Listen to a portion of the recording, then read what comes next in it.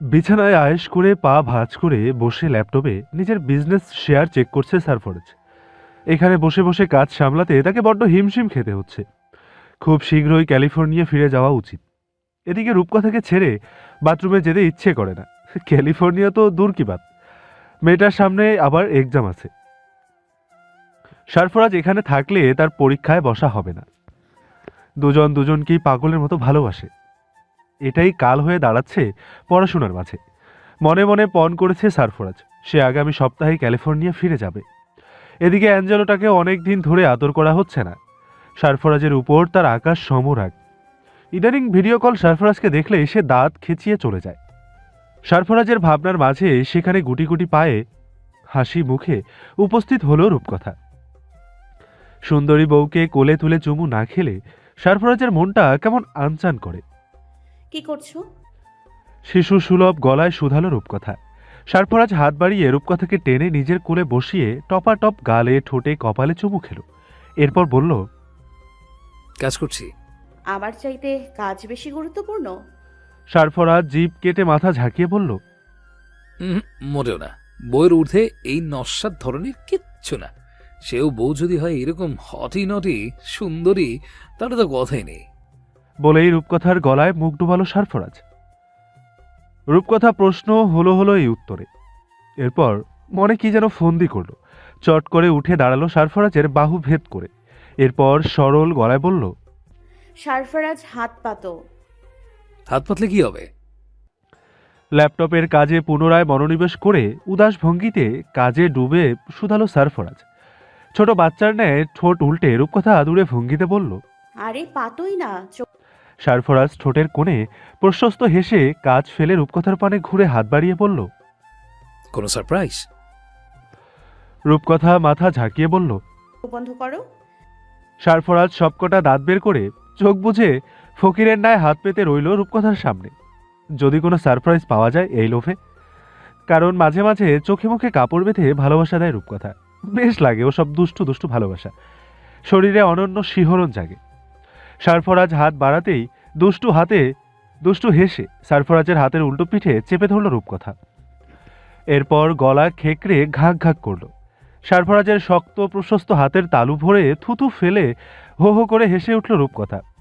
হাতে উষ্ণ তরলের অনুভূতি পেতেই লাফিয়ে উঠল সারফরাজ। চোখ খুলে হাতের তালু ভর্তি থুতু দেখে মাথা ঘুরে উঠল তার। যতক্ষণে সারফরাজ বিছানা ছেড়ে তড়িঘড়ি করে উঠে দাঁড়ালো, ততক্ষণে রূপকথা পগার পার। চোখ মুখ বিকৃত করে হাত উঁচুতে তুলে রূপকথার পিছু পিছু নেমে এলো ড্রয়িং রুমে। কিন্তু আশেপাশে রূপকথা নেই। হয়তো মায়ের ঘরে গিয়ে দরজা আটকেছে। আজকাল মেয়েটির ছেলে মানুষই বেড়েছে খুব। প্রাণাধিক প্রিয় মানুষটির সংস্পর্শে থাকলে মন থেকে আপনা আপনি এসব ছেলে মানুষই আসে। এগুলোতে বিরক্তির চাইতে ভালোবাসা কাজ করে বেশি। এদিকে সারফরাজদের বিশাল ডাইনিং এরিয়ায় টেবিল চেয়ারে বসে আয়েশ করে পরোটা আর কষা মাংস খাচ্ছেন সুফিয়ান চৌধুরী। মায়ার রান্না লাজবাব। কর্নেল সাহেব এই রান্না খেয়েই স্ত্রীর বশে থেকেছেন, এই ব্যাপারে চোখ মুখ বন্ধ করে নিশ্চিত সুফিয়ান চৌধুরী। প্রতিদিন 2টো করে রুটি খান তিনি। তবে এ বাড়িতে আসার পর থেকে বাহিনের হাতের 6-7 পিস রুটি আর গরুর মাংস সাটাচ্ছেন তিনি। সুফিয়ান চৌধুরীকে খোশ মেজাজে পরোটা চিবুতে দেখে সারফরাজ দৌড়ে গিয়ে সেই থুতুওয়ালা হাত এগিয়ে বলে উঠল, একটু হোয়াইট সস নিন আপা, আপনার মেয়ে তৈরি করেছে, বেশ সুস্বাদু। জামাইয়ের আচরণে খুব খুশি হলেন সুফিয়ান চৌধুরী। মনে মনে জামাইয়ের সুবুদ্ধি সুআক্কেলে একটু দোয়াও করলেন। এরপর মুখ থেকে পিস মাংস চালান করে খুশিতে সারফরাজের হাতের পানে তাকালেন। সারফরাজের হাতের তালুতে তরল পদার্থ দেখে কিছুক্ষণ নাক মুখ সিটকে অদ্ভুত ভঙ্গিতে বসে রইলেন সুফিয়ান চৌধুরী। এরপর জিভ উল্টে ইয়াক শব্দ করলেন। নির্বিকার হাসি খুশি সারফরাজের হাতের তালু দেখেই বমি পেয়ে গেল সুফিয়ান চৌধুরীর। তিনি ওয়াক ওয়াক শব্দ করতে করতে খাবার ছেড়ে দৌড়ে বেশিরে গেলেন। এরপর আরও কয়েক দফা ওয়াক ইয়াক করলেন, কিন্তু পেট গলিয়ে কিছু বেরোলো না। সকালের ব্রেকফাস্টে সারফরাজের বাঁ হাত ঢুকিয়ে খাবারের স্বাদ পণ্ড করার দায়ে সুফিয়ান গলা বাড়িয়ে অভিশাপ দিলেন। প্রাণপ্রিয় স্ত্রীর থুতু হাতে নিয়ে খুশি মনে এক হাত গালে চেপে বসে রইল সারফরাজ, যেন কত দামি কিছু হাতে নিয়ে বসে আছে সে। সুফিয়ান ন্যাপকিনে মুখ হাত মুছে না কুচিয়ে ঘৃণা প্রকাশ করে শুধালেন, মনে হচ্ছে আমার মেয়ের থুথু হাতে পেয়ে আকাশের চাঁদ পেয়েছিস, এত খুশি? সারফরাজ অবাক চোখে থুতুর বানে তাকিয়ে বলে উঠল, আপনার মেয়ে যখন ছোট ছিল তখন আরও কিছু এই হাতে ধরতে হয়েছে আমাকে কমিশনার সাহেব। এগুলো ভালোবাসা? আমার ভালোবাসার সামনে আপনার ভালোবাসা তুচ্ছ, ফিকে। আমার সবটা দিয়ে আমি আপনার মেয়েকে ভালোবাসি। এই যে থুতু দেখছেন, যেটা দেখে আপনার বমি পেল, এটা দেখে আমার আনন্দ হচ্ছে। আপনার মেয়েকে আরও ভালোবাসতে ইচ্ছে করছে, কিন্তু এমন সময় মেলিস্বরে ইয়াক ইয়াক ভেসে এলো। চোখ মুখ কুচকে দুজনেই উপরে তাকালো। কণ্ঠটা রূপকথার। রূপকথার বমির শব্দে সুফিয়ান চৌধুরী চোখ কপালে তুলে দাঁত খিচিয়ে দৌড়ে গিয়ে নিজের বন্দুক নিয়ে এলেন। এরপর দোতলা থেকেই সেটা সারফরাজের দিকে তাক করে বলে উঠলেন, এসব করতে ক্যালিফোর্নিয়া গিয়েছিলি তাই না? মেয়ে বিয়ে দিয়েছি বলে আমাকে এক্ষুনি নানা বানিয়ে দিবি তুই? ঘটনার আকস্মিকতায় সারফরাজের মাথা ঘুরে উঠল। তাদের মধ্যে এমন কিছু দুর্ঘটনা কখনোই ঘটেনি, তবে বাচ্চা এলো কোথা থেকে? মায়া আর রেখা কোনো মতে রূপকথার বমি থামিয়ে চিন্তিত হলেন, কিন্তু রূপকথা পুনরায় বমি করে ঘর ভাসিয়ে নেতিয়ে পড়ল। মায়া রিস্ক নিতে চাইলেন না। তিনি সারফরাজকে কড়া গলায় আদেশ দিলেন হসপিটালে নিয়ে যেতে। সম্বিত ফিরে পেতেই গাড়ি হাঁকিয়ে রূপকথাকে নিয়ে ছুটল হসপিটালে। এদিকে সুফিয়ান চৌধুরী ঘেমে নিয়ে একাকার। হসপিটালে সকলের সামনেই হাইপার হয়ে যাচ্ছেন তিনি। আজ বোধহয় সারফরাজ গ্যাড়া করে পড়ল। সে শ্বশুরের প্রতি নমনীয় হলো। তার মুখ শুকিয়ে ছোট হলো। সুফিয়ান চৌধুরী থেকে থেকে সকলের অলক্ষ্যে বন্দুক দেখাচ্ছেন সারফরাজকে, আর দাঁত মুখ কামড়াচ্ছেন। একটু পর ডক্টর এসে বললেন, ভয়ের কিছু নেই, গ্যাস ফর্ম করেছে, ঠিকমতো খাওয়া দাওয়া করেনি, তাই এমনটা হয়েছে। সারফরাজ ধপ করে বসে পড়ল ওয়েটিং চেয়ারে। সুফিয়ান চৌধুরী বন্দুক কোমরে গুজে ফিসফিস করে বলে উঠলেন, বেঁচে গেলে হয়তো এটা তোর পেছনে ভরে দিতাম। মনিটরের এক নাগার বিপ বিপ শব্দ বৃহৎ ওটি রুমের চারিধারে কেমন ভয়ানক গর্জন তুলেছে। অপারেশন টেবিলে অচেতন চুপকথা। ডাক্তারগণ নিজেদের ইউনিফর্ম পরে ধীরে ধীরে ঢুকছেন ওটি কক্ষে। সব শেষে এলো রুদ্ররাজ। চুপকথাকে ঘুমন্ত অবস্থায় দেখে তার কেমন ভয় লাগলো। তার পুরো শরীর অসাড় হয়ে চোখ ঝাপসা হলো। মাথাটাও আজ কাজ করছে না, সবকিছু তালগোল পাকিয়ে যেতে চাইছে। ওটির বাইরে চুপকথার বাবা তসবি হাতে সমানে পায়চারি করছেন। ভদ্রলোক বিশেষ অনুরোধ করেছেন হসপিটাল কর্তৃপক্ষকে যাতে তাকে মেয়ের পাশে অ্যালাউ করা হয়, কিন্তু হসপিটাল রাজি হয়নি। দীর্ঘ সময়ের জটিল অপারেশন, ডক্টরস ব্যতীত বাইরের মানুষ না থাকায় উত্তম অপশন। সহকারী ডক্টর সবকিছু চেক করে রুদ্রের উদ্দেশ্যে বলল, স্যার আপনি খুলিটা ওপেন করুন। সহকারী ডক্টরের কথা শুনে রুদ্রের সমস্ত শরীর ঝাঁকুনি দিল। সে ভয় পেল। প্রথমবারের মতো স্পেশাল দক্ষ নিউরোসার্জন ডক্টর রুদ্ররাজ চৌধুরী ভয় পেল। তার বোধ বুদ্ধি সব হারিয়ে গেল। হৃৎপিণ্ডের মধ্যে অসহনীয় তোলপাড়, হাত পা রীতিমতো কাঁপছে, ঘুরে উঠছে মাথা। সমস্ত ডাক্তারি বিদ্যা যেন ভুলে গেল সে। স্মৃতিভ্রম মানুষের ন্যায় কেমন ফাঁকা ফাঁকা অপরিচিত লাগছে সবকিছু। কিসের ভয় আজ কাবু করছে বিচক্ষণ, দক্ষ, শান্ত, সকৌশলী এই তরুণ ডক্টরকে? নিজেকে অল্প সামলে কম্পিত হাতে ধারালো স্ক্যালপেল তুলে নিল রুদ্র। প্রচুর ঠান্ডায় তার শরীর উত্তম গ্রীষ্মের দুপুরের তাপমাত্রায় ন্যায় ঘেমে উঠছে। হাতে যেন শক্তি নেই। রুদ্র ফাঁকা ঢোক গিলল। এরপর স্ক্যালপেল ও অপর ডক্টরের হাতে এগিয়ে বলল, প্লিজ ডক্টর আপনি বলুন, আমি এখনও প্রিপেয়ার্ড না। প্লিজ ডক্টর আপনি করুন, আমি এখনও প্রিপেয়ার্ড না, আমার আরেকটু সময়। উক্ত ডক্টর কথাটি শুনে বিস্মিত হয়ে বলল। রুদ্র হাত গুটিয়ে কিছুক্ষণ নিশ্চুপ রইল। এরপর একটা কেচি দিয়ে রূপকথার বাহুতে শক্ত আঘাত করল। কোনো নড়চড়ন নেই মেয়েটার, গভীর নিদ্রায় আচ্ছন্ন সে। মনে মনে বিসমিল্লাহ বলে ধীরে ধীরে হাত চালালো রুদ্র। সতর্ক নজরে বাকি ডক্টরস নিজেদের কাজে হাত লাগালো।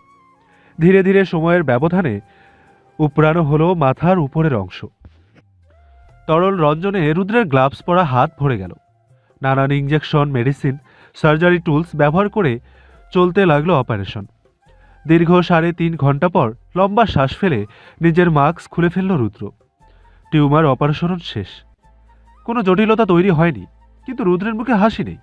চুপকথা জ্ঞান ফিরে সুস্থ হয়ে হাঁটাচলা করে হাসি খুশি স্বাভাবিক জীবন না যাওয়া পর্যন্ত রুদ্রের মনের খচখচানি কোনোভাবেই থামবে না। অপারেশন লাইট বন্ধ হতে রুদ্র আদেশ দিল। নার্স আর ওয়ার্ড বয়ের সহায়তায় দক্ষ হাতে আলগোছে চুপকথাকে তোলা হলো স্ট্রেচারে। এরপর ছুটল আইসিইউ কেবিনে। রুদ্র ক্লান্ত শরীরে বের হতেই চুপকথার বাবা দৌড়ে ক্রন্দনরত স্বরে শুধালেন, রুদ্র শান্ত গলায় জবাব দিল।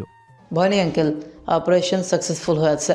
আমি কাল চুপ কথার কেবিনে ঢুকবার ব্যবস্থা করে দিব আপনাকে। আজ চাইলেও দেখতে পারবেন না। ভদ্রলোক ছোট বাচ্চাটায় মেনে নিলেন রুদ্রের কথা। এরপর থপ করে বসে গেলেন ওয়েটিং চেয়ারে। রুদ্র নিজের ড্রেস চেঞ্জ করে হাত মুখ ধুয়ে আবার ফিরে এলো চুপকথার বাবার নিকট। এরপর হাত চেপে ধরে বলে উঠল, বলুন, লাঞ্চ টাইম হয়েছে। গত রাতেও আপনি কিছু খাননি। ভদ্রলোক আর মানা করল না। নিঃশব্দে উঠে দাঁড়িয়ে রুদ্রকে অনুসরণ করে চলতে লাগলো। একদিন পর চুপকথার জ্ঞান ফিরল। ডিউটিরত নার্স দৌড়ে গিয়ে রুদ্রকে ডেকে আনলো।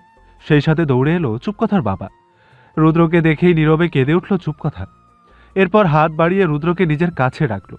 রুদ্র ব্যস্ত পায়ে কাছে আসতেই চুপকথা নিজের দুর্বল হাতে রুদ্রের হাত চেপে ধরল। এরপর আবার নীরবে জল ফেলল। হাতের ইশারায় চুপকথাকে কাঁদতে বারণ করে চুপকথার বাবাকে ভেতরে আসতে বলল রুদ্ররাজ। ভদ্রলোক মেয়ের হাত জড়িয়ে শব্দ করে কাঁদলেন, কিন্তু 2 মিনিটের বেশি তাকে থাকতে দেয়া হলো না। চুপকথাকে শান্ত থাকতে বলে সমস্ত রিপোর্ট চেক করল রুদ্র। এরপর নার্সকে ঘুমের ইঞ্জেকশন দেবার নির্দেশ করল। ইঞ্জেকশন দেখে সামান্য ভীত হলো চুপকথা। রুদ্র বুঝতে পেরে নার্সের থেকে ইঞ্জেকশন নিয়ে নিজেই হাতে লাগানো ক্যানুলায় পুশ করে বলে উঠল। ঘুমাও। কয়েক সেকেন্ডের ব্যবধানে ঘুমে তলিয়ে গেল চুপকথা। 10 দিন হসপিটালে কাটানোর পর পুরোপুরি সুস্থ হয়ে রিলিজ নিল চুপকথা। চুপকথার বাবা আর চুপকথা যখন গাড়িতে উঠছিল তখন রুদ্ররাজ স্তব্ধ হয়ে পাশেই দাঁড়িয়েছিল। গাড়িতে উঠতে গিয়ে আবার থেমে দাঁড়ালো সে। এরপর দৌড়ে গিয়ে ঝাপটে ধরল রুদ্রকে। আকস্মিক এহেন পরিস্থিতিতে বিস্ময়ে হতবাক হলো রুদ্র, কিন্তু তার খালি বুকটা হঠাৎ পরিপূর্ণ হয়ে গেল। পা উঁচু করে রুদ্রের নাকে চুমু খেলো চুপকথা। এরপর পলক ফেলে বুঝালো নিজের অনুভূতি। মেয়েটার স্বীকারোক্তি রুদ্রের চোখে জল এনে দিল। মাথা নেড়ে রুদ্র শুধালো। রিয়েলি? চুপকথা লাজুক হেসে দৌড়ে গাড়িতে উঠে বসল। চুপকথার বাবা দূর থেকে সব দেখলেন। গাড়ি ছাড়ার আগ মুহূর্তে ভদ্রলোক গলা উঁচিয়ে বললেন, অনাকাঙ্ক্ষিতভাবে নেলি প্রেগনেন্ট হয়ে গেল। খবরখানা শোনা মাত্র আমজাদ হায়দারের মাথায় বাজ পড়ল। সেলিনা হতবাক রইলেন, কিন্তু আনন্দে নেচে উঠল অভিরূপ। বাবা হবার খুশিতে তার সবকটা দাঁত বের হয়ে খালি হাসি পেল। সকলের সামনে নেলিকে জড়িয়ে ধরে কোলে তুলে শূন্যে ঘোরালো। এরপর নেলির কপালে কপাল ঠেকিয়ে বলল, এত বড় সারপ্রাইজ দেওয়ার জন্য থ্যাঙ্কস বউ। এরপর নেলিকে ফেলে বাইরে বেরিয়ে গেল। গ্যারেজ থেকে বাইক বের করে ছুটল সারফরাজের বাড়ি। বাড়ির আঙ্গিনাতেই পাওয়া গেল তাকে। রূপকথার জন্য হাবিজাবি চকলেটস, চিপস, ফলমূল নিয়ে কোত্থেকে যেন বাসায় ফিরেছে সে।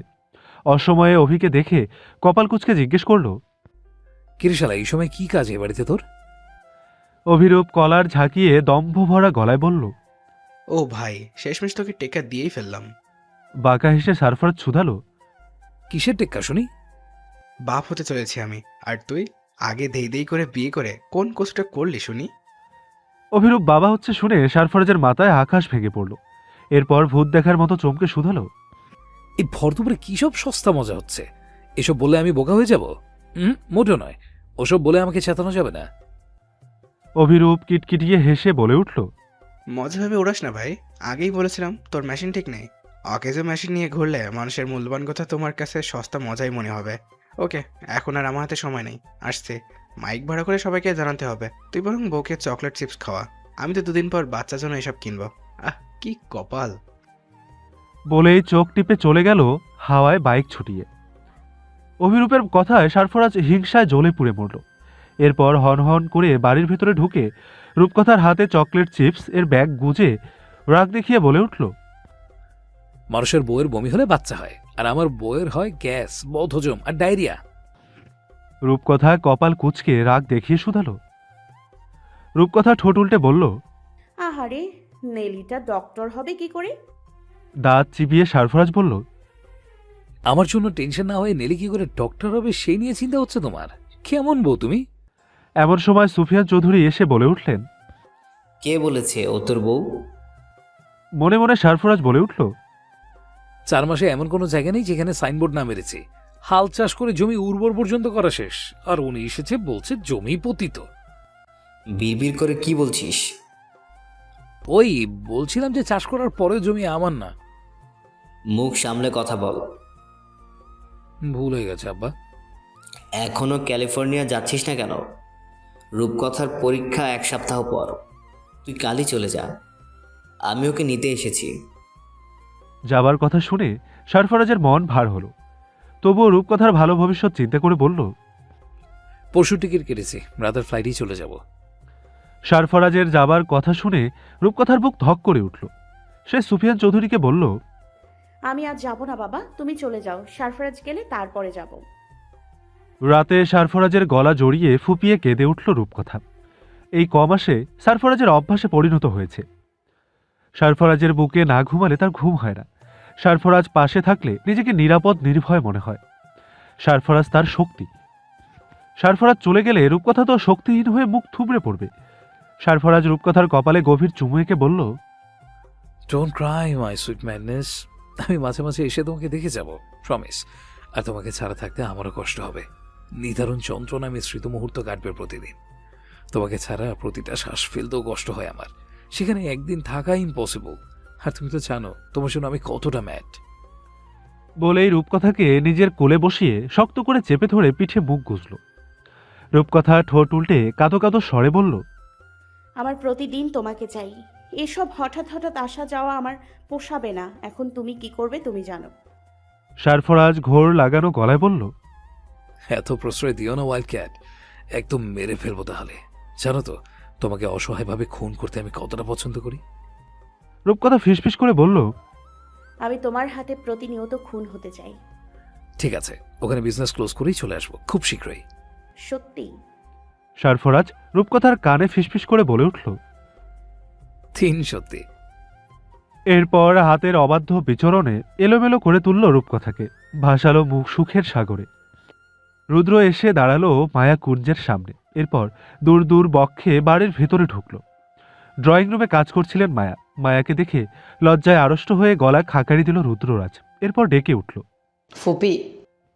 রুদ্রের ডাক পেয়ে চমকে উঠলেন মায়া। এরপর রুদ্রের কাছে দৌড়ে গিয়ে বুকে জড়িয়ে বলে উঠলেন, আমার আব্বা, এতদিন পর ফুপিকে মনে পড়লো? রুদ্র মায়াকে শক্ত করে চেপে ধরে নীরব অশ্রু বিসর্জন দিল।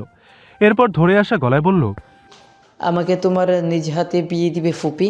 তুমি ছাড়া তো আমার কেউ নেই। আমার মা হবে ফুপি। মায়া শব্দ করে কেঁদে মাথা ঝাঁকালেন। এরপর বলে উঠলেন, সারফরাজের মতো করেই আনন্দ ধুমধামে বিয়ে হবে তোর। আমার বউ আমার বাড়িতে উঠবে। নিয়ে চল আমার মেয়ের বাড়িতে। 1 বছর পর ফিরল সরফরাজ। মুখোমুখি দাঁড়িয়ে আছে সরফরাজ আর সুফিয়ান চৌধুরী। সুফিয়ান চৌধুরীকে শক্ত করে বুকে জড়িয়ে সরফরাজ বলে উঠল, শুদ্ধ পুরুষ হয়ে ফিরে এসেছি বাবা। আপনি আমাকে আর খারাপ মানুষ বলতে পারবেন না। সমস্ত পাপের কারবার ওখানেই দাফন করে এসেছি। সুফিয়ান চৌধুরী শক্ত করে সরফরাজকে জড়িয়ে ধরে কেঁদে বলে উঠলেন, আমি জানতাম তুই এভাবেই ফিরবি। তোর প্রতি আমার যে অগাধ বিশ্বাস রে বাবা। যা বাড়ি যা, আমি কিন্তু শীঘ্রই নানা হতে চাই।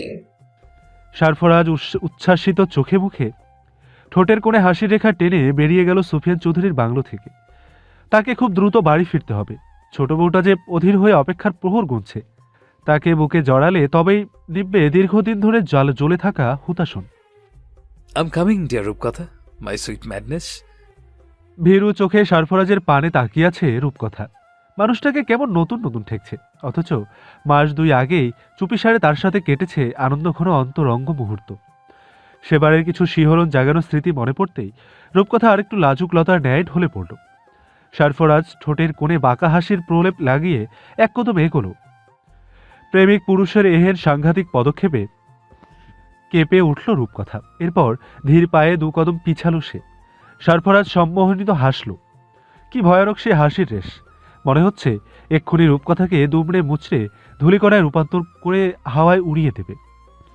এরপর শাড়ির কুচি 2 হাতে আগলে ধরে ধীরে ধীরে পালানোর চেষ্টা করল রূপকথা। সরফরাজ পালাতে দিল, কারণ সে জানে আর কয়েক মুহূর্ত পর প্রেয়সী নিজেই এসে তার কারাগারে বন্দী হবে। তীর তীর করে রীতিমতো কাঁপছে রূপকথার ওষ্ঠ যুগল, সেই সাথে চোখের পাতা। ভারী নিঃশ্বাসে ওঠানামা করছে বুক, হাত পা বরফ সমহিম। পিছাতে পিছাতে কর্নার টেবিলের সাথে আটকে গেল রূপকথা। সরফরাজ তেড়ে গিয়ে রূপকথার শাড়ির আঁচল গলিয়ে মেধহীন কটিদেশ চেপে ধরে কানের কাছে মুখ এনে ফিসফিস করে বলল, পালানোর সকল পথ আজ রুদ্ধ রানী সাহেবা। উপর মহল থেকে হুকুম এসেছে, তারা নাতি নাতনির মুখ দেখতে চায়। সরফরাজের এহেন কথায় লজ্জায় মরণ হলো রূপকথার। তার সফেদ গালজোড়া রক্তিম গোলাপি হলো, সেই সাথে ধরাস ধরাস করে বুকে দামামা বাজল। সরফরাজের দুই বাহু শক্ত করে খামচে মাথা নত করে রূপকথা কম্পিত গলায় বলে উঠল। তোমায় দেখে ভয় করছে। সরফরাজ অল্প ঠোঁট এলিয়ে হাসল। বড্ড মোহনীয় সেই হাসি। সে রূপকথার ঠোঁটের দিকে ঝুঁকে বলে উঠল। কতবার কোথায় ছিল এই ভয়?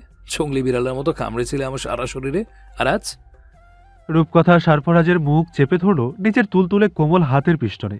এরপর সরফরাজের বুকে মুখ লুকিয়ে বলে উঠল। বেশরম। এই শব্দে সরফরাজ এলোমেলো হলো। গায়ের শার্টের বাটন খুলতে খুলতে রূপকথাকে নিজের একদম কাছে এনে ঘোর লাগা গলায় বলল। যতটুকু নিজেকে সামলে রেখেছিলাম, এই একটা সপ্তাহে তার পুরোটা ভাঙলে তুমি। এবার আমাকে রুখার শক্তি কই বিবিজান? সরফরাজের কলার চেপে রূপকথার চোখে চোখ রাখল। এরপর গলা টিপে ধরে বলে উঠল। দেখি কেমন হিম্মত। চোখ বুঝে প্রশস্ত হাসল সরফরাজ। এরপর এক ঝটকায় রূপকথাকে কোলে তুলে বিছানায় ফেলে লাইট নিভিয়ে ফিসফিস করে শুধালো।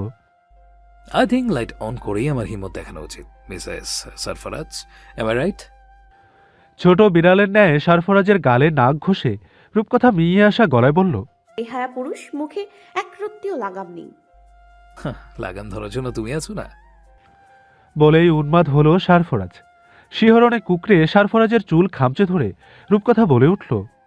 তাড়াতাড়ি করে, কোনো ভুল হয়ে যাচ্ছে না তো?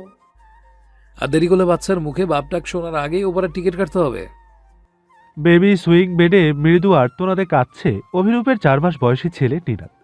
ছেলের কান্না কর্ণকুহরে পৌঁছতেই ধরপর করে ঘুম থেকে লাফিয়ে উঠল অভিরূপ। ন্যালি গভীর ঘুমে আচ্ছন্ন, সারা রাত ঘুমোতে পারেনি। ন্যালির ঘুম যাতে না ভেঙে যায় সেই ভয়ে ছেলেকে ঝটপট কোলে তুলে বাইরে বেরিয়ে গেল অভিরূপ। এরপর ডায়াপার চেক করে কান্নার হেতু উদ্ঘাটন করল। ছেলে পটি করেছে। কারো সাহায্য ছাড়াই ডায়াপার চেঞ্জ করে উষ্ণ জলে নিনাদের শরীর মুছিয়ে বোন অন্তুর কাছে নিনাদকে রেখে গেল ফর্মুলা বানাতে। ফিরল মিনিট 5 পর। এরপর ছেলেকে পরম যত্নে ফিডার খাইয়ে ঢেকুর তুলল। অভিরূপের মা দূর থেকে এই দৃশ্য দেখে মুচকি হাসলেন। ছেলেটা ছোট থেকেই গোছালো, পরিপাটি। কি সুন্দর বউয়ের কাজে সাহায্য করে, সেই সাথে কাজের ফাঁকে ফাঁকে বাচ্চার যত্ন নেয়। অভি, ন্যালি, অন্তু, নিনাদ যেন ভালো থাকে, সুখে থাকে, সেই দোয়া করে সৃষ্টিকর্তার উদ্দেশ্যে হাত উঠালেন ভদ্রমহিলা। এরপর রান্নার কাজে মন দিলেন। ন্যালির ঘুম ভাঙল সকাল 10টার আরও অনেক পরে। বিছানায় অভি, নিনাদ কেউ নেই। ঘড়িতে সময় বলিয়ে দৌড়ে বাইরে বেরিয়ে এলো ন্যালি। ড্রয়িং রুমে ছেলেকে নিয়ে গান গাইছে আর আবল তাবল বকবক করছে অভিরূপ। মানুষটার মায়াবী চেহারার পানে তাকিয়ে স্বস্তিতে চোখ বুঝল ন্যালি। তাদের বিবাহিত জীবন বড্ড আনন্দের যাচ্ছে। এবছরে বোরিং কি জিনিস ন্যালি কখনো উপলব্ধি করতে পারেনি। ন্যালি ভাবে, সঠিক জীবনসঙ্গী ছাড়া মানুষ কখনোই সুখী হতে পারে না। জীবনে সুখী হতে দরকার একটা পারফেক্ট মানুষ, একটা ভরসাযোগ্য হাত, নিরাপদ বুক আর দিন শেষে ক্লান্তিতে মাথা হেলানোর মতো একটা কাঁধ। ন্যালিকে দেখতে পেয়ে অভি বলে উঠল। আজ তোমার ক্লাস আছে না? ন্যালি মাথা ঝাঁকালো। অভির মা প্লেটে খাবার সাজিয়ে টেবিলে দিয়ে বলে উঠল। নিনাদকে কোলে নিয়ে একটু আদর করে ন্যালি বলে উঠল। বাবা একবার যেতে বলেছেন আমাদের, আজ ক্লাস করে এসেই যাব, সবাই রেডি থেকো। আজকাল নিজের বিজনেস নিয়ে বেশিরভাগ সময় ব্যস্ত থাকছে সরফরাজ। নিজের কোম্পানি দাঁড় করাতে বেশ হিমশিম খেতে হচ্ছে তাকে। এদিকে রূপকথা নতুন জেদ শুরু করেছে। সে ক্যালিফোর্নিয়ার ফরেস্ট প্যালেসে গিয়ে থাকবে। ওই প্যালেস নাকি তাকে বড্ড আকৃষ্ট করে। এতেই ক্ষান্ত নয় মেয়েটি। করেছে সাংঘাতিক এক আবদার। সরফরাজ শুধু সামন্ত হলে সে সরফরাজকে পরিত্যাগ করবে, কারণ সে জেনে বুঝে এক ভয়ানক মানুষকে বিয়ে করেছিল। মানুষটার জেন্টেলম্যান রূপ তার মোটেও সহ্য হচ্ছে না। গল্পের নায়কদের মতো খারাপ মানুষকে সরফরাজ পেটাবে, এটা রূপকথার কাছে উপভোগ্য। কোমরে পিস্তলহীন সরফরাজকে কেমন যেন লেডিস টাইপ লাগে তার কাছে। স্ত্রীর মনের এহেন লোমহর্ষক ভাবনায় সরফরাজ ভয়ে চমকে ওঠে। এ কেমন মেয়ে মানুষ সে ভেবে পায় না। বেচারা ক্যাপ্টেন বেঁচে থাকলে সরফরাজ নিশ্চিত তাকে জিজ্ঞেস করত, এমন ডেঞ্জারাস পিস দুনিয়াতে আপলোড করলেন কি করে? সন্ধ্যার একটু আগে আগে সরফরাজ ফিরল বাড়িতে। ড্রয়িং রুমে আজ চঞ্চল মেয়েটাকে দেখা গেল না। মায়া চৌধুরীকে সরফরাজ ব্যস্ত ক্লান্ত গলায় শুধালো। আমার বউ কোথায়? মায়া বিকেলের নাস্তা বানাতে বানাতে উত্তর করলেন। দুপুরের পর থেকে পড়ে পড়ে ঘুমোচ্ছে। দুবার ডেকেছি, চোখ তুলেই দেখতে পাচ্ছে না। ভাবলাম জ্বরটর হলো কি না, কিন্তু তাপমাত্রা স্বাভাবিক। বাকি কথা শুনল না সারফরাজ। দৌড়ে উপরে গিয়ে রূপকথার পাশে মাথায় বিলি কেটে নরম গলায় ডাকল। রূপ, খারাপ লাগছে শোনা? সারফরাজের গলা পেয়ে অল্প চোখ খুলল রূপকথা। এরপর আবার ঘুমিয়ে গেল। সারফরাজ আর বিরক্ত করল না। নিজের পোশাক পাল্টে ফ্রেশ হয়ে ল্যাপটপ নিয়ে বসল। ক্যালিফোর্নিয়ার ডায়মন্ড বিজনেসটা এখনও রানি। ড্যাভিনার ব্রাউনি সামলায় সেটা। মাঝে মধ্যে অভিরূপের ইচ্ছে ওখানেই সেটেল হওয়া। নেলির পড়াশোনা আর ছোট বাচ্চার জন্য সম্ভব হচ্ছে না, কিন্তু তার মা বোন ক্যালিফোর্নিয়াতেই থাকেন বেশিরভাগ। রূপকথা সন্ধ্যার আরও অনেক পরে উঠল। তার মাথাটা কেমন ঘুরছে আজ। রূপকথাকে উঠতে দেখেই বিছানায় রূপকথার পাশে বসে সারফরাজ মাথায় হাত বুলিয়ে শুধালো। রূপকথা দুই হাত মেলে সারফরাজকে জড়িয়ে ঠোঁট উল্টে চোখ বুজে রইল কিছুক্ষণ। এরপর বাচ্চাদের মতো করে বলল, এই মাসে আমার পিরিয়ড মিস হয়েছে, এরপর থেকে এমন লাগছে। কথাটা সারফরাজের মাথায় তাৎক্ষণিক ক্যাচ করল। সে অবিশ্বাস্য চোখে রূপকথার পানে তাকিয়ে উচ্ছ্বসিত গলায় শুধালো। রিয়েলি? রূপকথা মাথা ঝাঁকালো। সারফরাজ রূপকথাকে কোলে তুলে বলে উঠল, এক্ষুনি হসপিটালে যাব, চলো। রূপকথা না যাবার জন্য কিছুক্ষণ আইঢাই করল, কিন্তু বিশেষ ফল হলো না। এক প্রকার জোর করেই নিয়ে চলল হসপিটালে। সারফরাজদের বাড়িতে আজ চাঁদের হাট বসেছে। রূপকথা অন্তঃসত্ত্বা। কথাটা জানার পর সুফিয়ান চৌধুরী আর রেখা তাৎক্ষণিক চলে এসেছেন। মায়া চৌধুরীর আনন্দ যেন আর ধরছে না। নকশি কাঁথা কটা সেলাই করবেন তার হিসেব জুড়েছেন তিনি। এদিকে লজ্জায় লাল হয়ে ঘরের দুয়ার টেনেছে রূপকথা। সারফরাজকেও অ্যালাউ করছে না তার ঘরে। সুফিয়ান চৌধুরীর চোখে মুখে পূর্ণতার ছাপ। তিনি গোপনে সারফরাজকে বাইরে ডাকলেন। ডেকে দ্রুত পদে বাইরে বেরিয়ে গেলেন। পিছু পিছু সারফরাজ এলো। সারফরাজকে পেয়েই শক্ত করে বুকে জড়িয়ে হাউমাউ করে কাঁদলেন সুফিয়ান। সারফরাজ বিনা বাক্য ব্যয়ে সুফিয়ান চৌধুরীর পিঠে হাত বুলালো। নিজেকে দীর্ঘ সময় বাদে সামলে সুফিয়ান চৌধুরী টিস্যু দিয়ে নাক মুছে ভগ্ন কণ্ঠে বললেন। সুফিয়ান চৌধুরীর কান্নায় আবেগী হয়ে হাসতে হাসতে কেঁদে ফেলল সারফরাজ। এরপর চোখের জল আড়াল করে বলে উঠল, এত ভালোবাসলে আমি কিন্তু এখন কেঁদে ফেলবো শ্বশুর আব্বা। আপনি আমাকে কাঁদানো পায়তারা করছেন, তাই না? পেরিয়ে গেছে 9টি মাস। এই 9 মাসে সকলের জীবনে শুধু আনন্দের ধারাই বয়ে গেছে। দুপুরের পরপর রূপকথার লেবার পেইন উঠেছে। তৎক্ষণাৎ তাকে হাসপাতালে আনা হয়েছে। নিজের জরুরি কাজ ফেলে সারফরাজ ছুটে এসেছে হসপিটালে। সুফিয়ান চৌধুরী আর সারফরাজের চপল পদচারে ভারী হয়ে উঠল হাসপাতালের করিডোর। সময় যেন আর কাটে না। রেখা মায়া চুপিসারে দোয়া পাঠ করছেন। সারফরাজ ভয়ে ঘেমে নিয়ে উঠল। রূপকথা ঠিক আছে তো? এই চিন্তায় তার প্রেশার বেড়ে গেল। সমস্ত অপেক্ষার অবসান ঘটিয়ে কেঁদে উঠল নবজাতকের কণ্ঠ। সুফিয়ান হো হো করে হেসে উঠলেন। বসা থেকে দাঁড়িয়ে গেলেন মায়া রেখা। সময় গড়াতেই নীল তোয়ালাতে পেঁচিয়ে আনা হলো তুষার তুল্য সফেদ এক তুলার মতো ন্যায় শিশু। নার্সকে পেয়েই ব্যাকুল গলায় সারফরাজ শুধালো। রূপকথা ঠিক আছে? নার্স মিষ্টি হেসে বাচ্চা এগিয়ে বলল। সারফরাজ কোলে নিল বাচ্চাকে। এরপর ছুটল ভেতরে। রূপকথাকে আগে দেখা যায়। ক্লান্ত সরিয়ে নেতিয়ে বেডে শুয়ে আছে রূপকথা। সারফরাজ রূপকথার পাশের চেয়ারটায় বসে রূপকথার কপালে চুমু আঁকল। এরপর চোখের জল মুছে এক হাতে বাচ্চাকে জড়িয়ে অন্য হাতে রূপকথার হাত চেপে বলল, আমাদের সন্তান রূপকথা, ও তোমার আর আমার অংশ। রূপকথা প্রশস্ত হেসে সন্তানকে হাত বাড়িয়ে কাছে নিল। এরপর বুকে জড়িয়ে বলে উঠল, বাবার মতো সাহসী আর বুদ্ধিদীপ্ত হও। সারফরাজের রূপকথার হাতে চুমু আঁকল। এরপর নিজের হাতের মুঠোয় ভরে বুকের কাছে চেপে ধরে রাখলো হাতখানা। রূপকথা শুধালো, কি নাম ঠিক করলে ছেলের জন্য? বুক উঁচু করে সারফরাজ শ্বাস ফেলল। এরপর ভারী গলায় বলল, শাহরান শাহসাইন, আমার পুত্র, আমার চাঁদ, আমার অজস্র ভালোবাসার খনি, আমাকে আটকানোর একমাত্র শিকল, আমার চান। সারফরাজের ফরেস্ট প্যালেস যেন আবার নতুন করে প্রাণ ফিরে পেয়েছে। বিশাল রাজপ্রাসাদ তুল্য বাড়িটি দীর্ঘদিন শুনশান নীরব থাকার পর মানুষের হাসি আনন্দে পুনরায় মুখরিত হয়েছে। সিয়েরা ফরেস্ট এখন আর ভয়ানক গা ছমছমে অরণ্য নয়। সময়ের বিবর্তনে এখানে জনমানবের কোলাহল বেড়েছে। বড় বড় বিত্তশালীরা শহর ছেড়ে একটু নিরিবিলি আর প্রকৃতির মাঝে বিলীন হবার সদিচ্ছায় এখানে বসতি করেছে। ঘরের বাইরে পা রাখলেই এখন আর ভয়ানক বন্যপশুর ডাক শোনা যায় না। বিশাল অজগর সে যেন এখন দুঃস্বপ্ন। মাঝে মাঝে বুনো হরিণের দল ওক গাছের ছায়ায় এসে বিশ্রাম পাতে, কিন্তু মানুষের আনাগোনা দেখলেই দৌড়ে পালায়। চোখ জুড়ানো সেই দৃশ্য। আলপাইন এরিয়ায় চারপাশে নানান রং ঢঙের প্রতিবেশী। বাড়ির বাইরে কদম ফেললে এখন আর নেকড়ের হাউলিং শোনা যায় না। এখন বাতাসে ভেসে বেড়ায় প্রতিবেশীর কুশলাদি। রূপকথার জেদের তোপে পড়ে কেউ আর টিকতে পারেনি বাংলাদেশে। শাশুড়ি, বাবা মা, সন্তান সব নিয়ে হাজির হয়েছে সারফরাজের চেনা পরিচিত আবাসস্থলে। রূপকথা নিজের MBBS শেষ করে ইন্টার্নি করে মাস্টার্স অফ সার্জারির জন্য পড়াশোনা করছে, আর সারফরাজ নিজের বিজনেস সামলায়। ওসব খুন খারাপই ছেড়েছে কিনা কে জানে।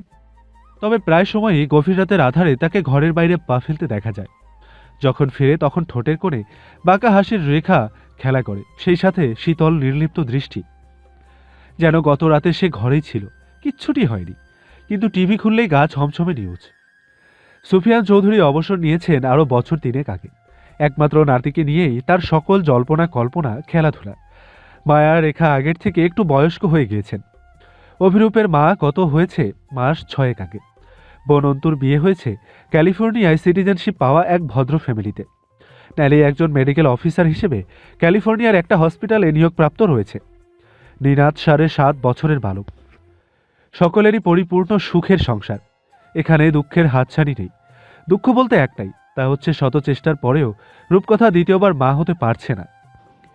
এ নিয়ে অবশ্য সারফরাজের কোনো আফসোস নেই। সে তার ছেলের মধ্যেই সমস্ত সুখ খুঁজে পায়।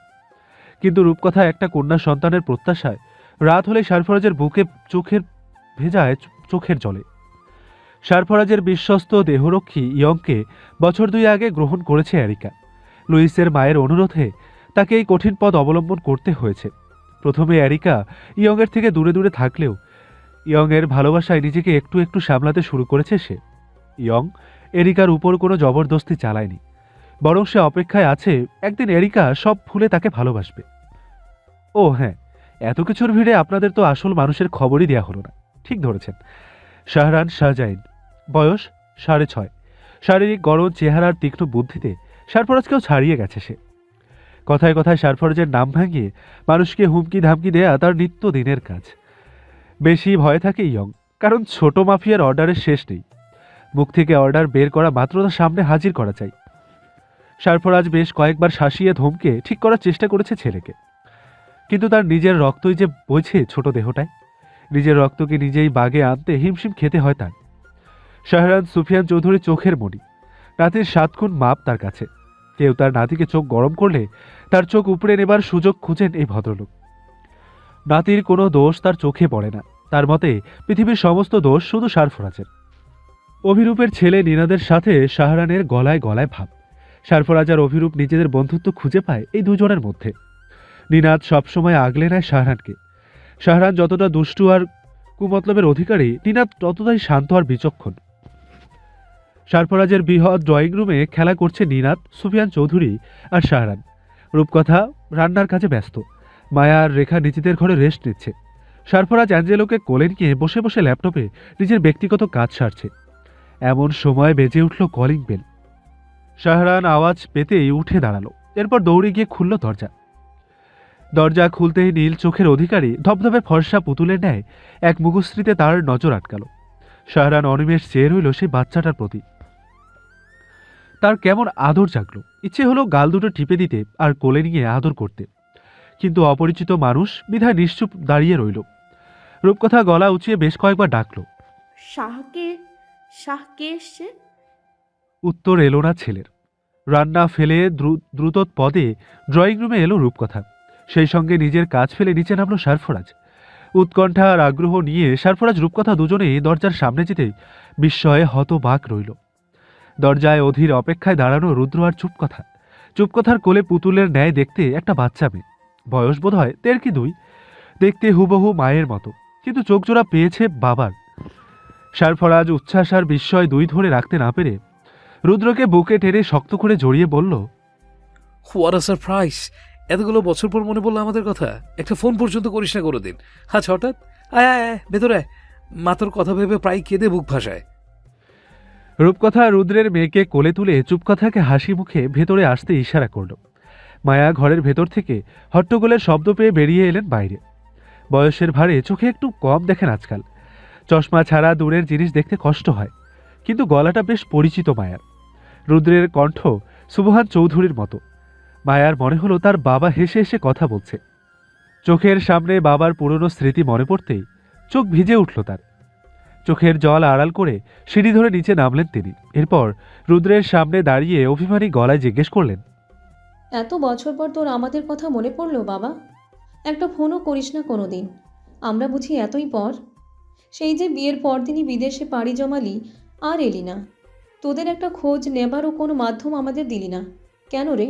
কি দোষ করেছি আমরা? মায়ার অভিযোগে মাথা নিচু করে স্তব্ধ রইল রুদ্ররাজ।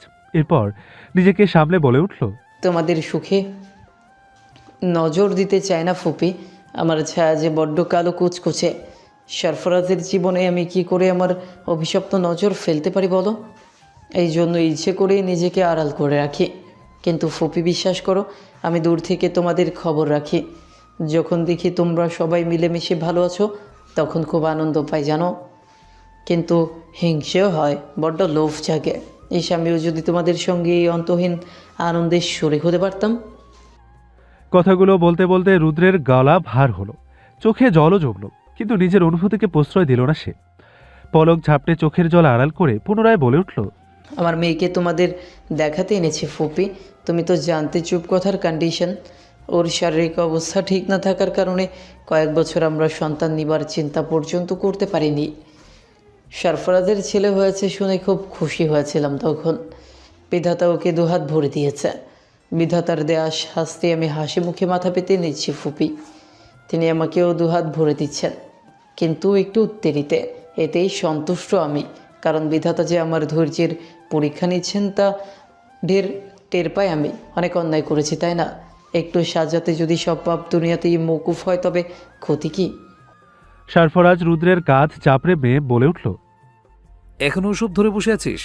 আমি তো কবেই ভুলে গেছি, তুইও ভুলে যা। রুদ্ররাজ মাথা নাড়ালো। সে ভুলবে না, চাইলেও এসব সে ভুলতে পারবে না, এমনকি সে ভুলতে চায়ও না। রুদ্ররাজ ইতস্তত গলায় বলে উঠল, এসব দ্রুত ভুলে গেলে আমি আবার সীমা লঙ্ঘন করতে পারি।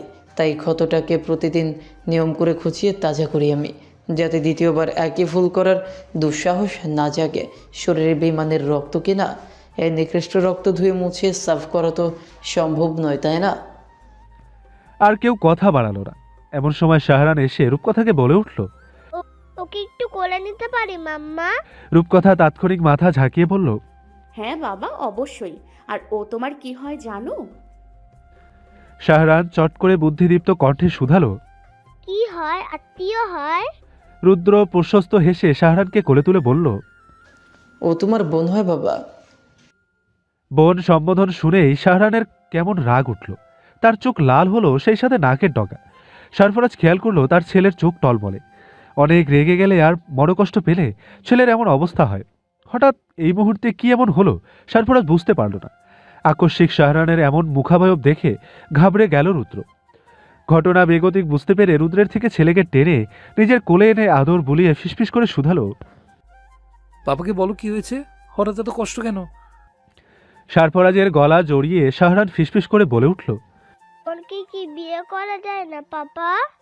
ছেলের এহেন অদ্ভুত কথা শুনে বিষম খেল সরফরাজ।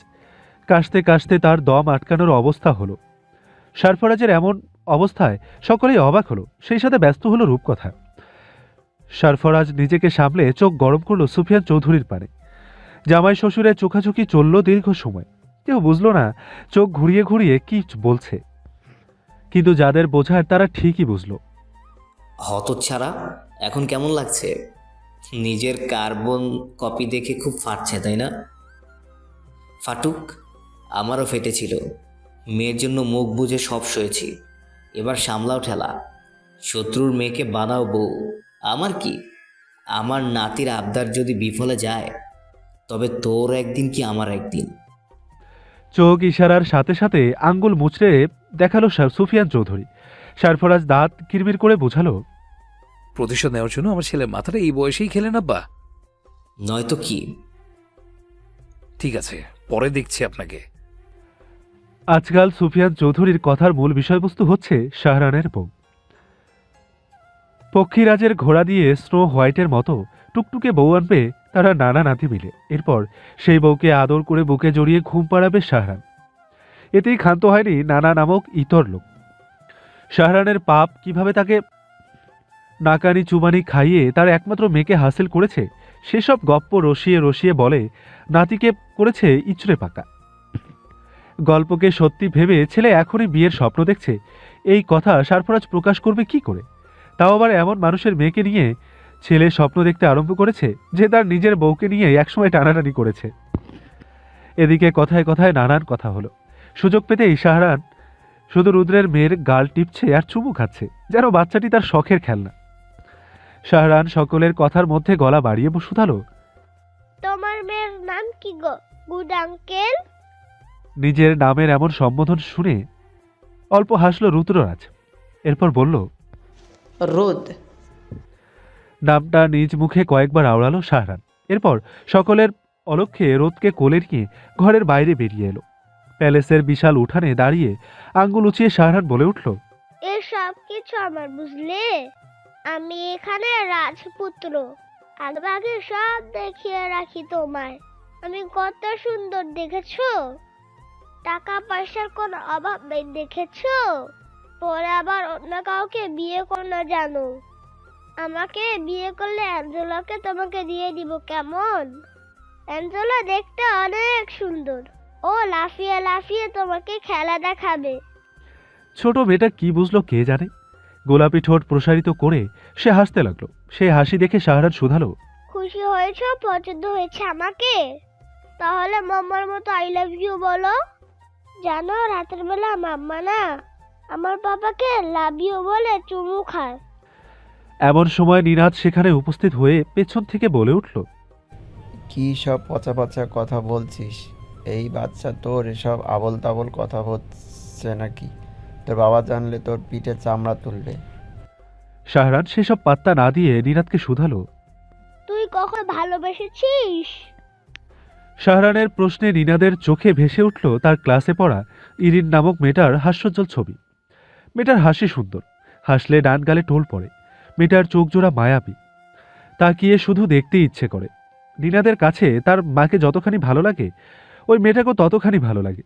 তার মনে হয় মেয়েটা তার বহু জন্মের চেনা। নিনাদ তার বাবা মাকে একবার জিজ্ঞেস করেছিল ভালোবাসা মানে কি। অভিরূপ ছেলেকে কোলে তুলে বুঝিয়ে উত্তর দিয়েছিল, ভালোবাসা মানে হলো কাউকে খুব খুব ভালো লাগা, তার সাথে বারবার কথা বলতে মন চাওয়া, তাকে এক পলক না দেখলে মন ভার হয়ে যাওয়া, তার হাজার বকবকানিতে বিরক্ত না হওয়া, এমনকি সারাক্ষণ সেসব বকবকানি শুনতে ইচ্ছে করা, ঘুমোতে যাওয়ার আগে সেই মানুষের কথা ভাবা, এমনকি ঘুমের ঘরে এবং জাগরণে মানুষটা খেলো কিনা, ঘুমালো কিনা, শরীরের যত্ন নিল কিনা, এসব নিয়ে সারাক্ষণ ভাবা। এরপর তাকে ছাড়া সব কিছুই পানসে লাগে। অভিরূপ আরও অনেক কঠিন কঠিন কথা বলেছে, কিন্তু নিনাদ সেসব বোঝে না। নিনাদ যতটুকু বুঝেছে তাতে ভালোবাসা মানে হলো কাউকে ছাড়া সবকিছু খালি খালি ফাঁকা ফাঁকা লাগা, যেমনটা মা বাড়িতে না থাকলে অনুভূত হয়। নিনাদ ভাবনার সাগরে ডুবে থাকতেই শাহরান প্রস্থান নিল। বাপের পুরো সম্পত্তি মেয়েটাকে দেখানো চাই, কারণ সুফিয়ান চৌধুরী বলেছে যার টাকা আছে মেয়েরা তাকে বিয়ে করতে চায়। দুপুরের খাবার টেবিলে খেতে খেতে রুদ্র সকলের উদ্দেশ্যে জানালো তারা আজই চলে যাবে। ইতস্ততা আর লজ্জাভাব নিয়ে রূপকথা সামান্য অনুরোধ করল। সারফরাজ আর মায়া শক্ত করে ধরল রুদ্ররাজকে, কিন্তু রুদ্র শুনল না। সারফরাজ বুঝল রুদ্রকে মানানো এতটা সহজ নয়, তাই সে আর কথা বাড়ালো না, শুধু অল্প করে বলল, যোগাযোগটা রাখিস। রুদ্র জবাব দিল না, ঝটপট খাবার খেতে লাগলো। রুদ্ররাজদের বিদায় বেলায় শাহরান ফুপিয়ে কেঁদে ফেলল। রুদ্রের খারাপ লাগলো এটা দেখে। ছেলেটার মায়াবী মুখ আর চোখ দেখে তার থেকে যেতে ইচ্ছে করলো, কিন্তু রূপকথার সামনে তার লজ্জায় নতজানু হয়ে আসতে চায় শরীর। মায়ার সামনে যতক্ষণ থাকে ততক্ষণ অপরাধবোধ ঘুনো পোকার ন্যায় কুড়ে কুড়ে খায় থাকে। সারফরাজের প্রতি করা অন্যায় তার হৃদয়ে চাবুকাঘাত করে। সবকিছুর মার্জনায় তার উন্মাদের ন্যায় চিৎকার করতে ইচ্ছে করে। আজও তার ব্যতিক্রম হলো না। বুকে পাথর বেঁধে মেয়েকে কোলে নিয়ে দ্বিতীয়বার পেছনে না ফিরে চলল রুদ্ররাজ। শাহরান রোদের পা টেনে ধরল। ছোট ছেলেটা চিৎকার করে কাঁদতে চাইল। তার বুকে অদ্ভুত যন্ত্রণা হচ্ছে, কিন্তু সেই যন্ত্রণার নাম জানে না শাহরান। ধীরে ধীরে বর্ধিত দূরত্বে রোদের জুতা খুলে হাতে এলো শাহরানের। সেই জুতার পানে ফ্যাল করে তাকিয়ে রইল শাহরান, যেন তার সব হারিয়ে গেল। কঠিন রুদ্র তবুও ফিরল না। চুপকথা ব্যথিত চোখে একবার পিছনে ফিরল। ছোট রোদ কেমন করুণ গলায় কেঁদে উঠল। নিমেষে রুদ্রের গাড়ি সারফরাজের বাড়ির আঙ্গিনা ছাড়ালো। শাহরান শব্দ করে কেঁদে সারফরাজের কোমর জড়িয়ে ধরল। রূপকথা কপাল কুঁচকে ঘটনা বোঝার চেষ্টা করল। মায়া রেখা নাতির হঠাৎ কান্নার হেতু খুঁজে পেল না। যা বোঝার বুঝল সারফরাজ। তপ্ত শ্বাস ছেড়ে ছেলেকে বুকে জড়িয়ে মাথার হাত বুলিয়ে সকলের অলক্ষ্যে বলে উঠল, বড় হোক, ওকে এনে দেবো, প্রমিস।